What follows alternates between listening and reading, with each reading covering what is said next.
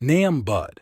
It is very simple to be calm and patient when things are going well in life, but it is during times of adversity that our true patience is put to the test.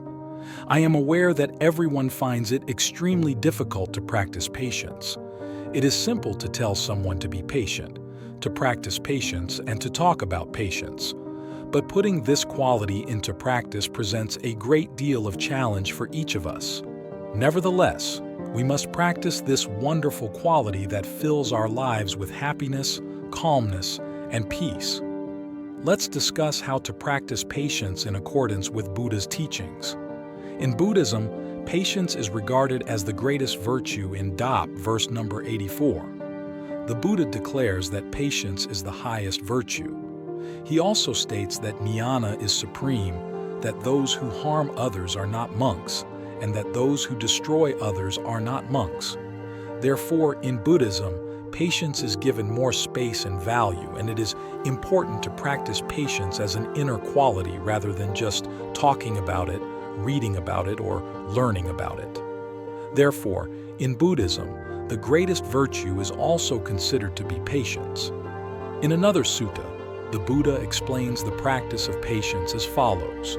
When a bhikkhu puts up with physical pain that is sharp, severe, acute, unpleasant, disagreeable, and potentially fatal, as well as heat, hunger, thirst, the touch of flies, mosquitoes, wind, sun, and reptiles, these experiences are collectively referred to as the patient practice.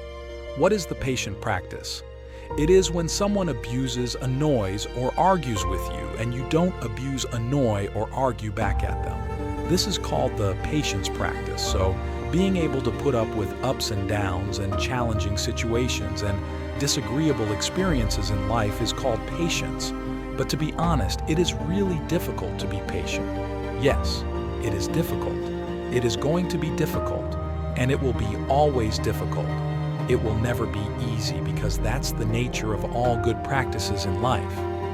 The Buddha said, "What brings the happiness to your life to practice such qualities is the most difficult thing that you have to do in your life."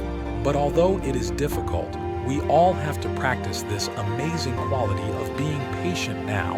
In Buddhism, being silent, tolerating, and enduring everything out of fear, here does not mean the real patience in Buddhism. The real patient comes with a deeper meaning of life when someone has a deeper meaning of his life. And when someone has a TR, knows the true nature of life, then it's very easy for that person to be patient and to practice the amazing quality of patience normally when we tolerate and when we become silent. The reason why we become silent is because of the fear. Sometimes we have no choice to do anything, right? In that case, we become silent, but the Buddha says that that is not the true patience. Someone can see such kind of a person and say, "Oh, he is patient." But that's not the true patient because that person doesn't have the power, that person doesn't have the authority to do something right. So being patient out of fear is not the true patience. The Buddha says about the real patience, like this in V, it is mentioned when a person endowed with strength patiently endures a weakling. They call that the supreme patience. The weakling must be patient always. So the real patience comes when you understand that there is the beast inside you.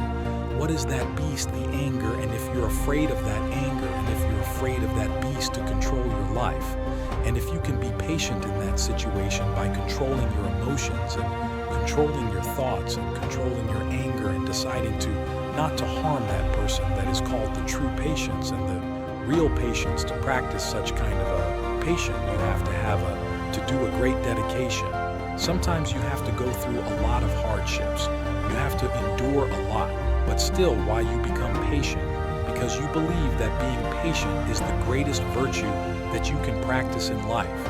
And you believe that you are much more better than them. And you have a better qualities than them if you believe in that. You can truly be patient to practice patience. The Buddha offers us a path of thinking in a more deeper level of understanding through our life. So suppose a person comes to you and treat you with rude words, right? Or treat you with their meanness. How can you avoid that situation without even worrying how to do that? So the Buddha teaches us to look at this situation through the three marks of existence. So what are three marks of existence? So the Buddha says, the three marks of existence are dukkha and anatta, impermanence, suffering, and non-self. So an anicca is the understanding about the impermanence. So the Buddha said that everything in life is subjected to change. If you look at our life, there is nothing that we can hold on to and think and find that is not subjected to change. So once you understanding this in inic nature,